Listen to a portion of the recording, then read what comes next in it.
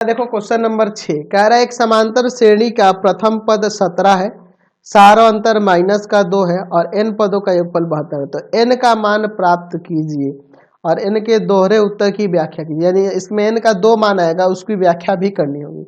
यानी कि n का मान 2 आने का मतलब है कि उसके बीच में कहीं एक ऐसा पद होगा जो 0 हो रहा होगा, तभी ऐसा हो रहा होगा।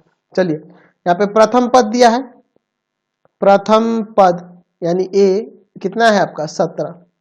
सारवंतर, सारवंतर क्या है, सारवंतर जो है ना वह d, वह माइनस का 2 है। ठीक है, चलिए d जो है माइनस का 2 है और यहाँ पदों n पदों का योग, n पदों का योग, n पदों का योग, n पदों का योग यानी Sn वह दिया हुआ है 72। तो देखो दो ही कारण से आपका ऐसे दोहरे उत्तर आ सकते हैं, एक तो या तो 0 होगा कोई आगे का पद, या फिर ये घटते हुए जा रहा है, सारा अंतर माइनस में आता है तब भी आगे चल के कुछ गड़बड़ हो जाता है। चलिए तो वो मैं देखूंगा आगे, पहले इसको निकालते हैं।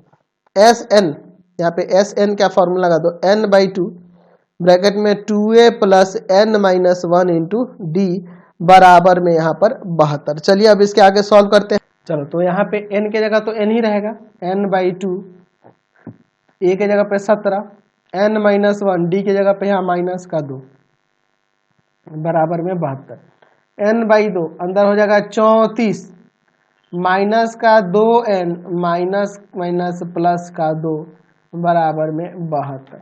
चलिए अब इसके आगे थोड़ा सॉल्व करते हैं। n/2 यहाँ देखो आपका क्या हो जाएगा, यहाँ माइनस का 2n प्लस में 36 बराबर में 72। यहाँ से आप माइनस दो कॉमन कर लो या माइनस 2 भी कॉमन कर सकते हो, कोई दिक्कत नहीं, सिर्फ 2 ही कॉमन करो ना। माइनस का n प्लस का 18 बराबर में 72, 2 से 2 कट गया, n यहाँ इंटू करेगा, माइनस का n स्क्वायर प्लस का 18n माइनस का 72 बराबर 0। सबका साइन बदल देते हैं, n स्क्वायर माइनस का 18n प्लस में 72 बराबर में 0। चलिए अब इसका गुणनखंड करते हैं, n स्क्वायर माइनस का 12n माइनस का 6n प्लस का 72 बराबर 0। देखो दोनों माइनस का जुड़ जाएगा 18, गुना होगा तो इनके गुना के बराबर। n कॉमन होगा n माइनस 12, माइनस का 6 कॉमन होगा n माइनस 12, दोनों ब्रैकेट में सेम आ गया। n माइनस 12 को बाहर निकाल दो, यहाँ पे n बचेगा, यहाँ पे 6 बचेगा। अलग अलग कर देते हैं, n माइनस 12 बराबर 0, n माइनस 6 बराबर 0, n माइनस 6 बराबर 0। यहाँ से n बराबर 12 आ गया और यहाँ पे n बराबर 6, यानी कि पदों की संख्या जो हो 12 और 6 दोनों हो सकती है। पदों की संख्या जो है यहाँ पे आपकी 12 भी हो सकती है या 6 भी हो सकती है। आप सोच रहे हो कि सर दो आंसर क्यों आ रहा है, चूंकि d का मान ऋणात्मक है, इसलिए पदों की संख्या 12 या 6 प्राप्त हो रही है, क्योंकि इसमें ऋणात्मक वाले पद प्लस वाले से जोड़ घटाव करके ये आपके हो जा रहे हैं योग जो है।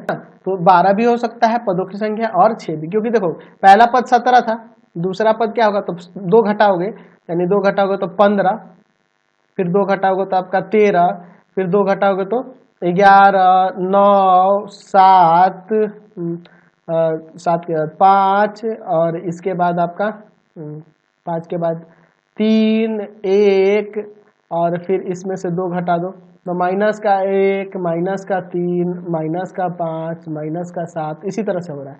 तो एक्चुअल में क्या हो रहा है कि इसमें देखो 6 पद यह जोड़ेंगे तो अब भी आपका 78 आ जाएगा, और यहाँ पे 12 पद भी जोड़ेंगे, 12 पद भी जोड़ेंगे तब भी आपका यहाँ पे 18 आ जाएगा, कितना है 72 आ जाएगा। 72 ही नहीं होगा, आपको प्राप्त करना है, क्योंकि देखिए प्लस माइनस वाले इसमें मैनेज हो जा रहा है। यह देखो या आगे के 6 पद लोगे तो इनका योग आगे के 6 पदों का योग 0 हो जाएगा। देखो ये और ये जोड़ोगे 0 हो जा रहा है, और 0 होने के कारण ही यहाँ 12 पदों का योग भी आपका 72 आ रहा है और ये 6 पदों का योग भी 72 ही आएगा। समझ गए ना, यानी यह भी रीजन में दर्शा सकते हैं कि 6 पदों, प्रथम 6 पदों का योग 72 है तथा अगले 6 पदों का योग 0 है। जीरो है, अगले 6 पदों का योग जीरो है, इसलिए ऐसे कह सकते हैं कि 6 पदों का योग भी 72 है और 12 पदों का योग भी 72 ही होगा। क्वेश्चन